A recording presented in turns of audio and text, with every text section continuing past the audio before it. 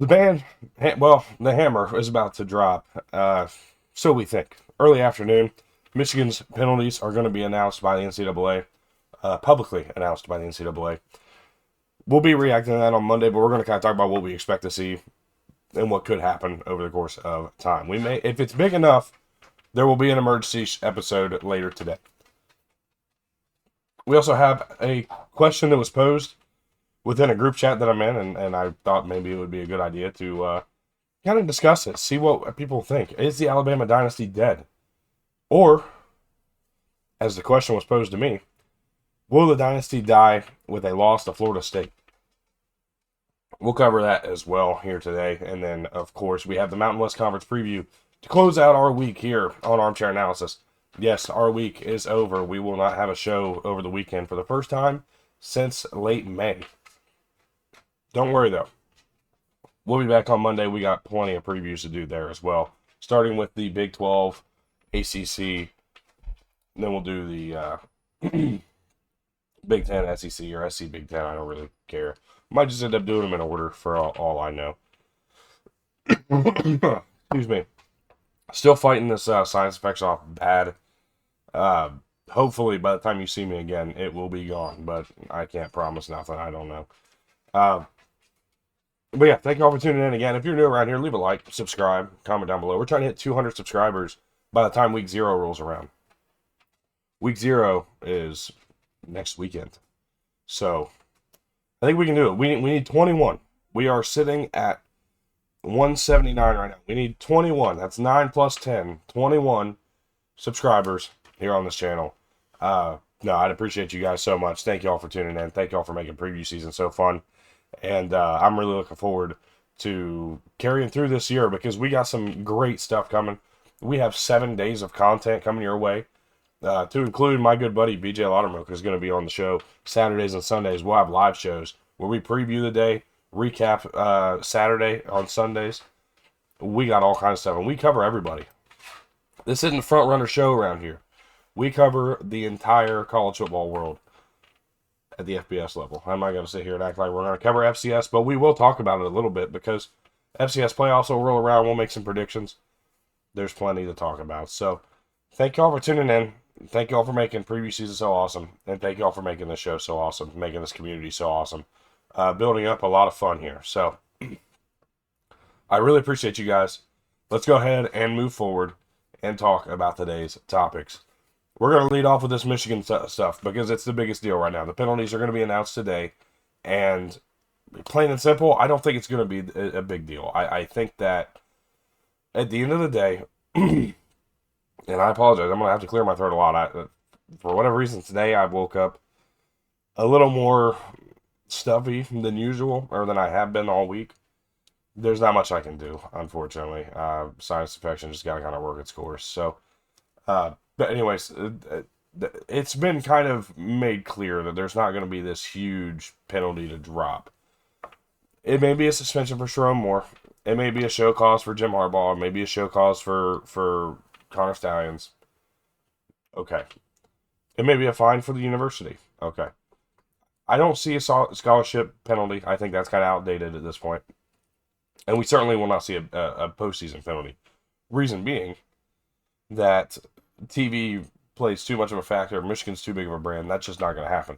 Now, and that would happen if it was Ohio State, Alabama, Clemson, any of these big brands that make up this TV money. We know that's what's going to happen. But I just think that overall postseason punishments are kind of outdated unless somebody is very blatantly breaking the rules. And it would affect not only the current coaching staff, but it would have been the current players as well. At this point, we are far enough removed that the guys who were a part of this team 2 years ago are no longer there.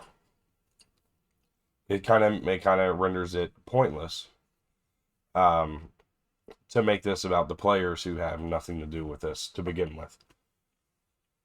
That's my perspective, and I know there's going to be some who don't like that, who don't like to hear that. But at the end of the day, that's what's going to happen. It is not going to be a big thing. This is going to be a very quick, very short, again, fine, suspension, show cause. we're done. This is over. And there might be some rebuttals. There might be some counters to this.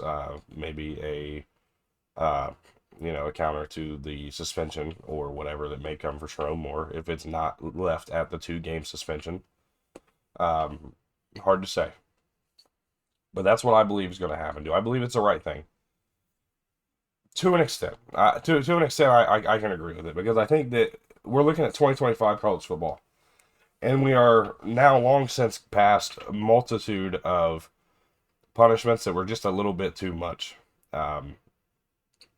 to the programs and to the players. You look at SMU and the death penalty and what that did for them, and that program just now finally kind of getting back to the pinnacle of college football. And they're not even at the pinnacle. They just happened to make the college football playoff last year, which is the first time they've been to a New Year's Six bowl or a New Year's Six appearance, or made a New Year's Six appearance, or even a playoff appearance since that time. On top of that, you have the Penn State situation, which is obviously very far different and certainly deserved punishment, and deserved serious punishment. However, even that destroyed the Penn State program for a couple of years. And it was simply the fact that everybody who is a part of that was gone when all was said and done anyways.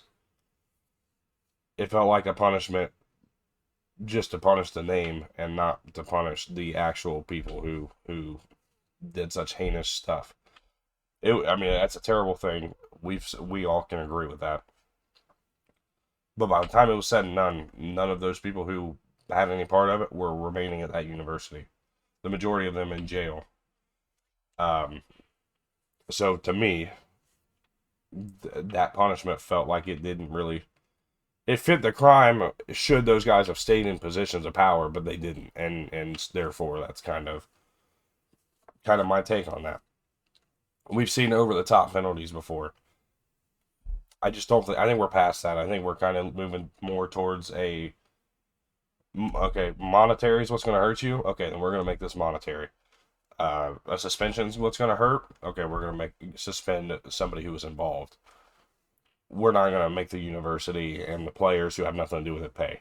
That is what I believe is going to happen. That's how I feel this is going to go. And we'll know early afternoon today is when they're going to release it. So if there's something serious in there, or there's something different than what I say to you, we'll probably have a different episode. At least it was drastically different to the point where it requires an emergency pod. Otherwise, we'll talk about it on Monday. I think that would be suitable given what we kind of feel is going to happen already. A question was posed in a group chat I'm in the other day about Alabama's dynasty. Is it over? Is it close to over? Would a loss to Florida State end the dynasty effectively? I'm going to answer this question in a few different parts, because I think that there's different ways to look at this. Number one, would a loss to Florida State end the Alabama dynasty? The answer to that question is no, it would not. Here's why it would not. Alabama's dynasty is not predicated on regular season wins and losses, even though it certainly has helped, because then it moves them into playoffs or BCS national championship appearances and wins.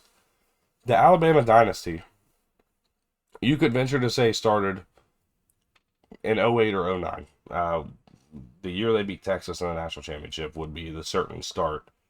But you could say that the year before is when it really started, when they went to when they made the BCS bowl games. I think they were a 9-win team that year. You could say all of that.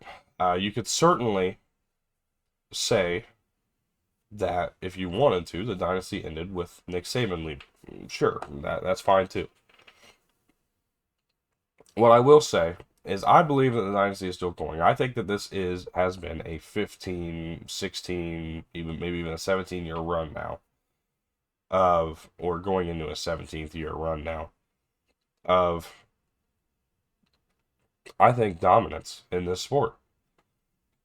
They are consistently in the top 10, consistently in the playoff conversation, the national championship conversation, they've missed the playoffs twice in 3 years. Was a point that was brought up to me, and I agree with you. We all should, because that's the fact. They've missed 2 of the last 3 playoffs. However, hear me out when I say this. They've missed out on those 2 playoffs by 1 spot apiece. They finished 13th last year, and they were 5th in 2022 when they missed out. So with that said,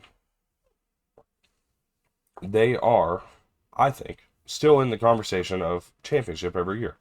Now, you can't just miss by 1 spot every year and be like, okay, this is still a dynasty. That's not what I'm saying. What I'm saying is they've been in the conversation every year.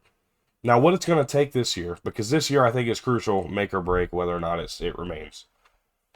They need to make the playoff, and they need to make our deep run into the playoff. If they don't do that, I think it ends this year.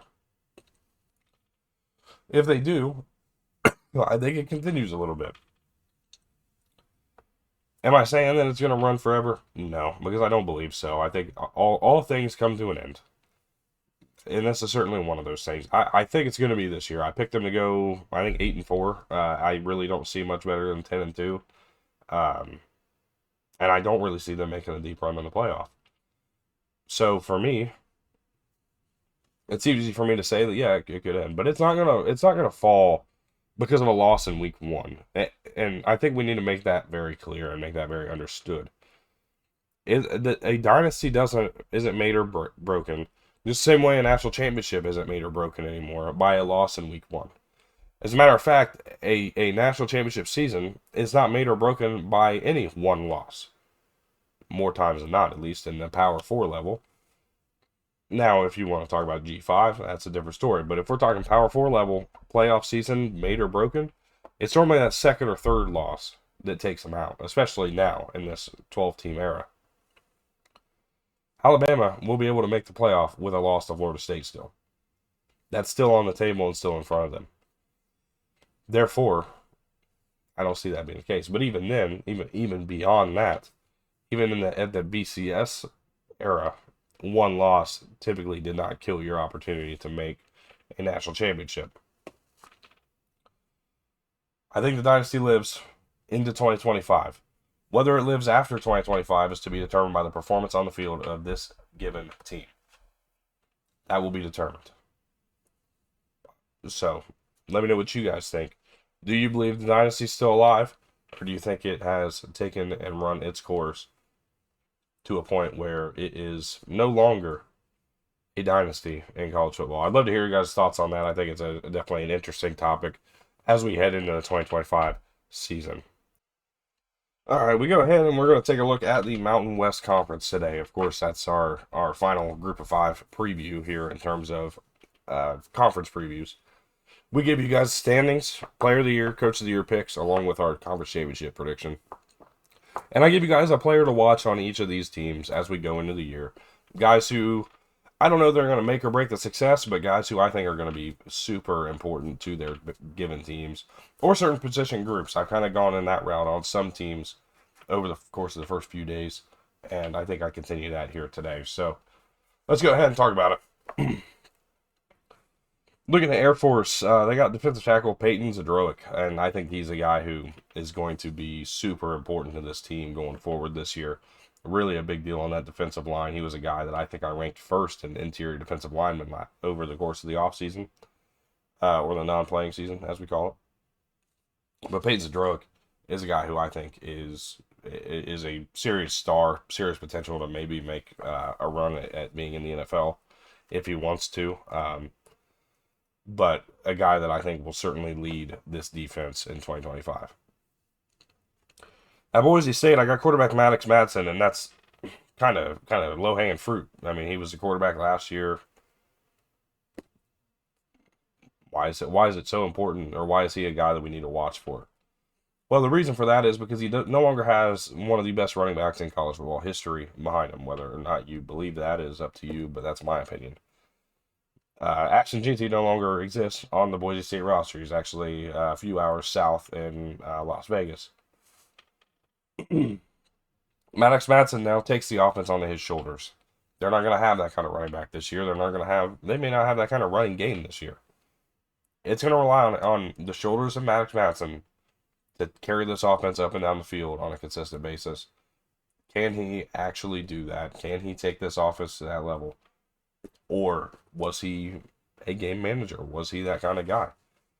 I'm not digging at him because I don't believe he's going to fail, but I think that it's certainly a conversation point to watch going through the year. At Colorado State, I got wide receiver Taylor Neer. He transferred in from Northern Arizona over the offseason. That he impressed early in spring and has impressed early in fall camp too. I think that Taylor Neer could be a favorite target for Braden Fowler Nicolosi in his third year as a starter on this offense. By the way, they're looking to air the ball out more. I was listening to some Jay Norvell comments. Really looking to kind of open up the passing game, become a little more aggressive of an offense. They ran the ball a lot last year. Could that open up some opportunities for them? I mean, it may make them a contender. Who knows? But Colorado State's a team of interest. At Fresno, I got quarterback E.J. Warner. A bit of a kind of an enigma at quarterback, really. He's been solid everywhere he's been. Temple, Rice, over the last couple of years. Now going out to Fresno, just won the starting quarterback job a couple days ago. Turnovers have been his biggest issue, but everything else has been solid. Of course, he's the son of Kurt Warner. He has potential here. Will he be able to use it? First-year head coach Matt Entz as well, stepping into the job. This will be interesting for E.J. Warner. This is kind of his opportunity to break out and really put himself on the map for some NFL teams. Can he get the job done? Can he lead this offense the way they're going to need it? They don't have a lot of returning production, but they're expected to be one of the best teams in the conference. We'll see how that turns out. At Hawaii, I'm looking at the entire running back room. This is a team that was 125th in rushing last year. They're looking to build up upon that. Part of that comes from the fact that this is that's not the style. Timmy Chang likes to air it out. They love to throw the football down there, and they got the quarterback to do it. But can they run the ball when they need to? When it's necessary and when it's beneficial to them. If they can do that, I think Hawaii is a serious sleeper team in this conference. I already have them in the top half of the conference. I know not many do, but I think Hawaii can be a legitimate team in this conference. Can they just run the football in necessary situations? At Nevada, I got wide receiver Nate Burleson II. This is his first opportunity to start. Obviously, yes, he is the son of the NFL veteran, Nate Burleson. And I think he has some serious potential. I've been excited for him, waiting for him to get his opportunity. This is it. He's going to have Chuba Hubbard throwing the ball to him. No, that's not right. Chuba Purdy throwing the ball to him over there in Reno. So we'll see what happens, but really excited to see Nate Burleson II. At New Mexico, the linebacker room, I think, will help this defense improve a little bit. They gave up 38 points per game last year. Need a little better from that, especially in the fact that they lost everything. Coaching staff, quarterback, wide receivers, tight ends, offensive line, defensive line, everything. But their linebackers stayed. And I think that's super important to them. I think they can really make some things happen. We'll see what they look like. It's going to be an interesting year here over there in New Mexico, but jury's out on what they can actually end up being. At San Diego State, I got quarterback Jaden Denegal. He was just announced as the starting quarterback for this team, and he's a transfer from Michigan. Has some serious potential.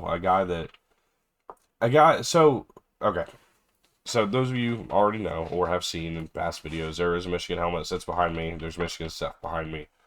There's a Michigan bottle I drink out of. I grew up as a Michigan fan. I would still consider myself a Michigan fan on Saturdays. Along with the allegiance just to South Carolina and the fact that I go to a game there every year, typically do, at least as a fan. My Saturday fandoms don't particularly affect my day in, day out stuff here. And they really shouldn't. I mean, there's times where it's going to, specifically with Navy, like, look, my pride for serving my country and doing it in the Marine Corps Department of the Navy, that steps up. That takes some ownership. But Jaden Denegal, I watch Michigan spring games a lot. Every single year, I watch the Michigan spring game.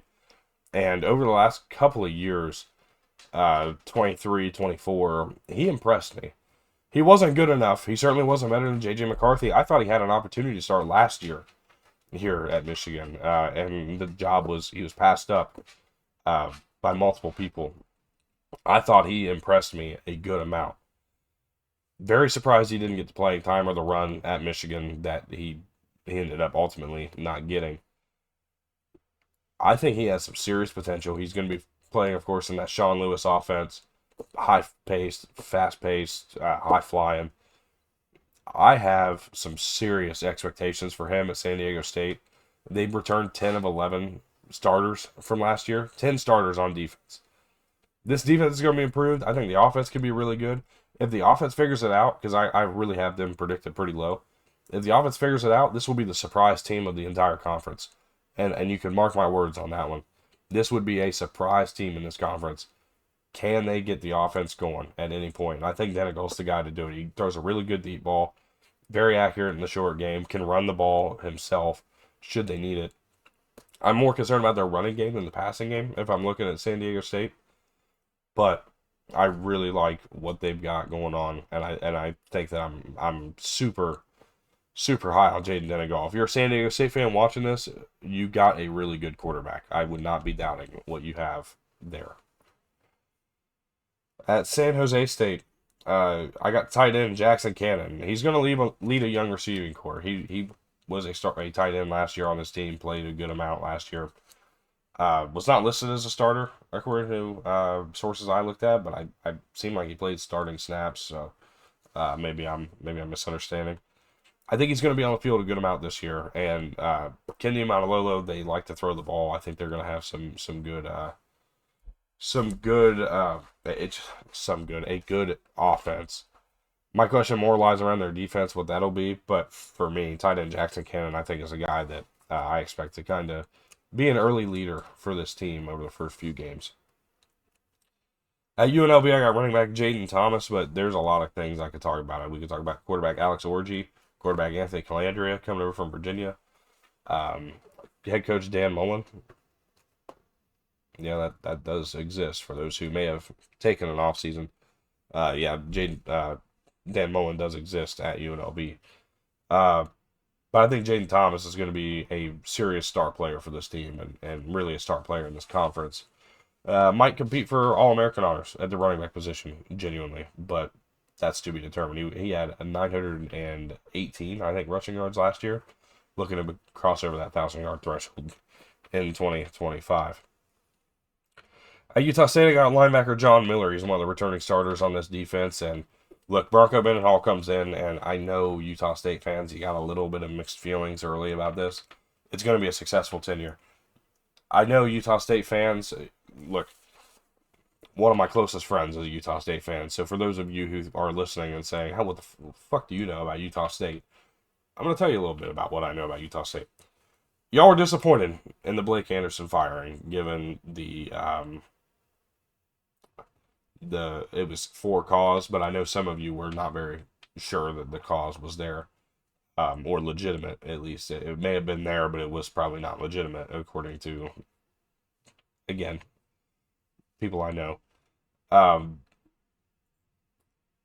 You were mixed feelings about Bronco Mendenhall, given the fact that he was at one time the head coach of BYU, which is a rival to you. What I will tell you, especially if you are more of a casual viewer of the sport, or even your team, Bronco Mendenhall is going to change the culture there. And I think he is going to have a really solid year getting things sorted out. It's not going to be great. It's not going to be perfect. It's going to take time. But I would not doubt that this team maybe tries to push for a bowl game appearance. I don't know. I'm not certain that that's going to happen. But I wouldn't be surprised. Anyways, I think John Miller, a hard-nosed linebacker, kind of the type of guy that Bronco Mendenhall likes to have on his defense. At Wyoming, I got tight end John Michael Gillenborg. Probably the bright spot of this offense last year. Might be the bright spot of it again this year. I don't really have a lot of high hopes for Wyoming, especially offensively. Defense is what we're looking for. Defense is what they'll be known for. But offense, talk about a player they need to really step up. I think Gillibrand can do it. He's a guy that I think I ranked or considered for my top 10 tight ends at least. Um, a guy who can, I think, certainly be a difference maker for this offense.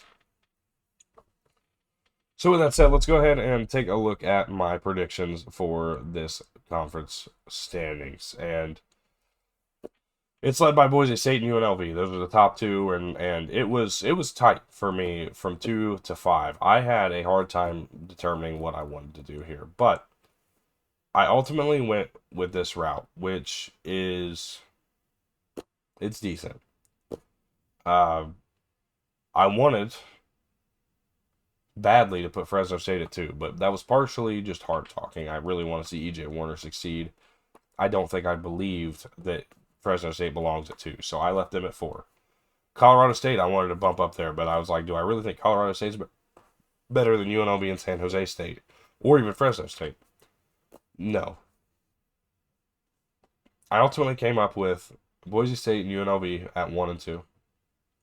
San Jose State just outside. They were the ones that I really had the hardest time considering to put behind UNLV or even put ahead of UNLV. Ultimately landed with them at 3. Fresno State 4, Colorado State 5. Hawaii at 6. I like where they're at. I think they could be a sleeper team. If they figure that run game out, they're dangerous. They're going to score a lot of points. They're favorites right now, by the way, in week 0 over Stanford. Number 7 is Air Force. They're going to sit in the middle of the road as long as Troy Calhoun's there. So, not much else to say for me. Utah State, I think they could be better than 8th. But for right now, I put them at 8th. San Diego State's very similar. I think they can be much better than 9th. I think they can maybe compete for this conference. I'm going to put them at 9th, though, just because it's a lack of proven commodities on the offense that everybody else ahead of them have. Wyoming at 10. I think that this is where we start talking about teams that just cannot win this conference. Wyoming, Nevada, New Mexico. Those 3 I'm writing off from the beginning.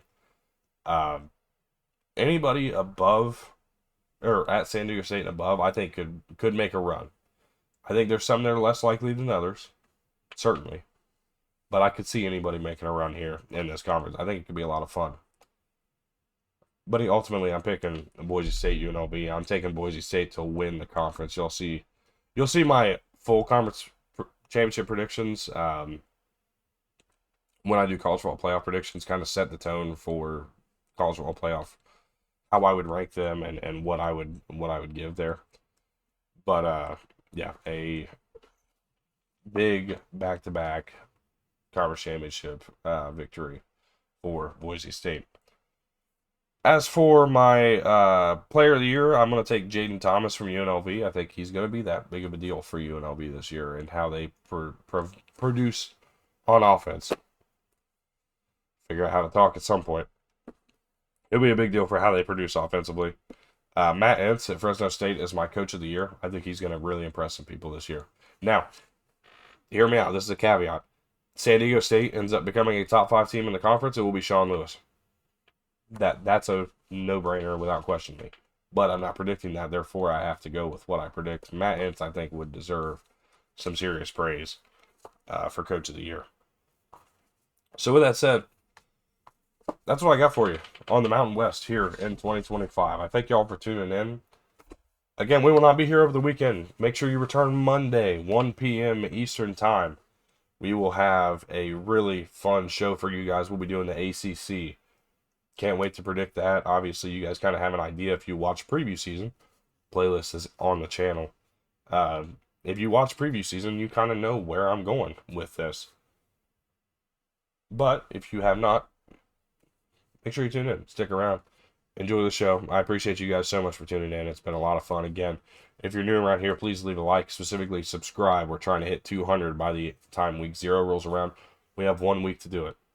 We got 1 week to do it. Help us get there. Greatly appreciated. I thank y'all so much. Hope y'all have a fantastic weekend. I'll see you guys on Monday, again, with the ACC preview.